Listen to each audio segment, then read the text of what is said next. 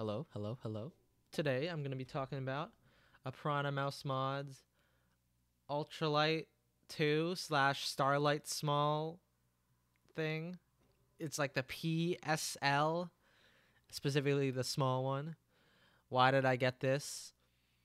Well, I was sort of out of the mouse game for a little while, and I kind of wanted to jump back into it as I was getting back into competitive video games.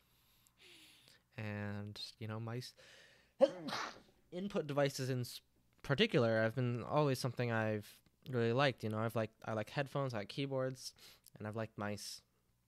So while I've haven't really been into this sort of hobby. It doesn't really feel like a hobby. It's sort of like consumerism, I guess, but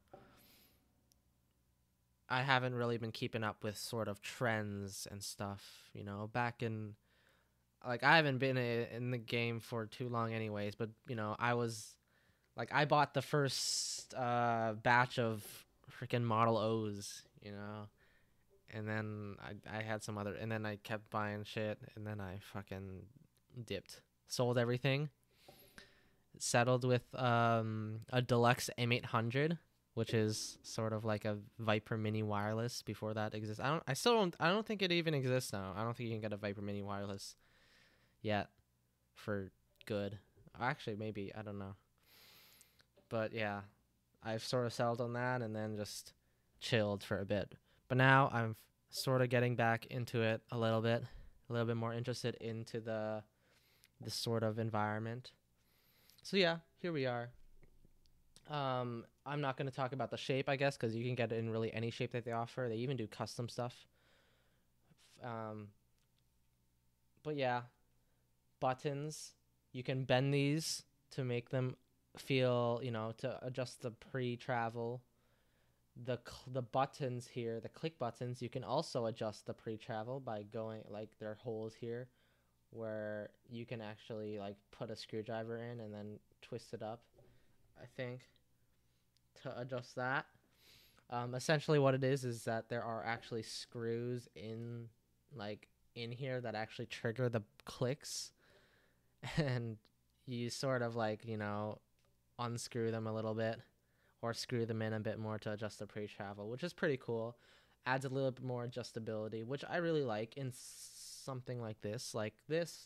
Having I guess a kit that I can make stuff, that I can build it up sort of from scratch, but not really. You're just putting together parts, really. It's something that has always interested me, whether, it makes me feel like it definitely requires a bit more effort, it's makes me feel like an engineer, and I get a great product out of it.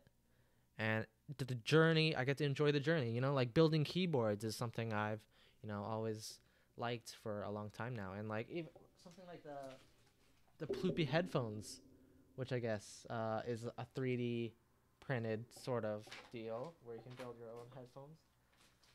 Stuff like that has always interested me, and I love that Piranha Mouse Mods has offered sort of a huge selection of parts, or I mean, huge selection of shapes that I can build a kit for.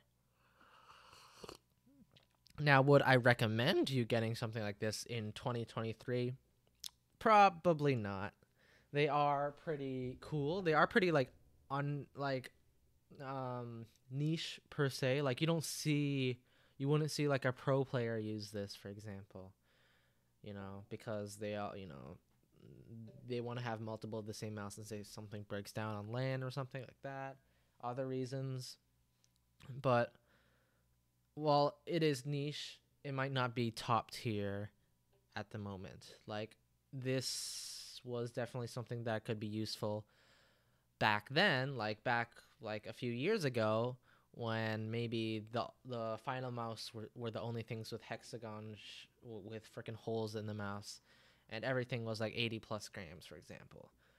Then you could get something for example, if I wanted to get a Zowie S2 in wireless and lightweight, that is something I could have done. And that's the only an easy way to get the shape that I love in a form factor and a weight factor that is, ideal or more ideal.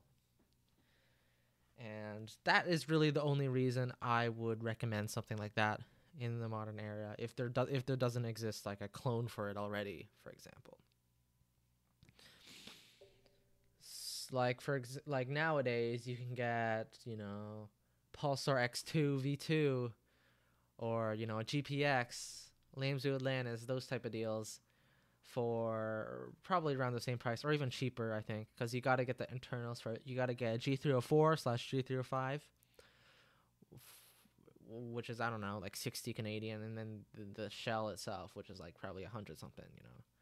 You can definitely get a great mouse out of the box for, that performs just as well, and like only when you really have a shape down that is niche, something like the S2 maybe that doesn't have a wireless variant that's lightweight yet, then maybe you could go for something like this. But now this doesn't really this isn't like a game changer in terms of something cool. Like it exists in a market where there are so much more interesting objects. This is not a unique shape. This is just, copying shapes from other things, for example. They got Tiger Ice Feet, I think, stock. And it's a G305 sensor, like I said. You still have the switch. I mean, you don't get the DPI button. But whatever. Who needs that? One thing, though, is that the G305 sensor seems to be a little bit more outdated, I guess. I don't really care for 2K or 4K hertz polling rate, as that affects my, I think that just gets towards diminishing returns. It's like people who buy, like cares about their polling rate for their keyboards. Like, I think every modern keyboard is fine already. I'm not that like hardcore, I guess. I prefer other stuff. Like that's not more important to me. I value like the shape, the use, how the clicks feel more. But to talk about the sensor, I guess it's capable, but I've actually recently found myself disconnecting in the middle of games because I think I've run out of batteries. And with a G305 sensor, because it uses a battery, or I don't know, I don't think, maybe because it uses a freaking battery instead of like an on-built type of thing, you can't really calculate the percentage of it, I guess. That's my philosophy. That's why I kind of I couldn't really find in the settings or in G-Hub. I literally downloaded G-Hub for this to see what battery percentage my freaking mouse was, but I don't even know. I can't even check that, which kind of sucks. And it's definitely affects my ease of use. Like when I plug this in, I think I always get green. I've never gotten any other color really. Green is just charging. See, oh shit, there's a green. It's just charging, which is whatever. But, and like it kind of sucks because I think I probably should replace the battery by now. And I don't want to have to play in games and then have to like suddenly, this cannot be my main mouse and my only mouse. I can't sell every other mouse and use it because it's just unreliable in that sense. If it dies, I can't just plug it in and start gaming because this is a top charging cable. And while I do actually agree with, like, this could be annoying, maybe I should have got the front charging. The top charging is fine because it's sort of like the Magic Mouse type of deal where you had to turn it upside down to charge it, which sort of incentivizes people not to leave the cable plugged in and play it wired, which is like fair. I'm fine with wired things though, but I guess if you buy a wireless mouse, you should use it wireless and not be scared of that, which is fair. So I guess I did buy the top charging version anyways. But like the battery though, I don't really have much information about what kind of battery I need to get. I need to get something, AAA, and it needs to be micro USB so I can plug in this magnet thing. And that's really it. But I still wish there was a little bit more information on their website about swapping out the battery. What type of batteries work, because I'm not really familiar with that. But I assume pretty much anything that's AAA and has a micro USB-C would be kind of capable with this, as long as it's shifted towards, as long as like it's on this side, the same size as this battery.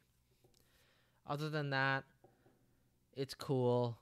I haven't really gotten bored with it. I'm gonna use it till I get something else for now. And it's been doing good. I've been aiming fine with it. Thank you for watching. Bye-bye. Class 80. Fuck, how do I gotta turn on my mouse. Bye-bye.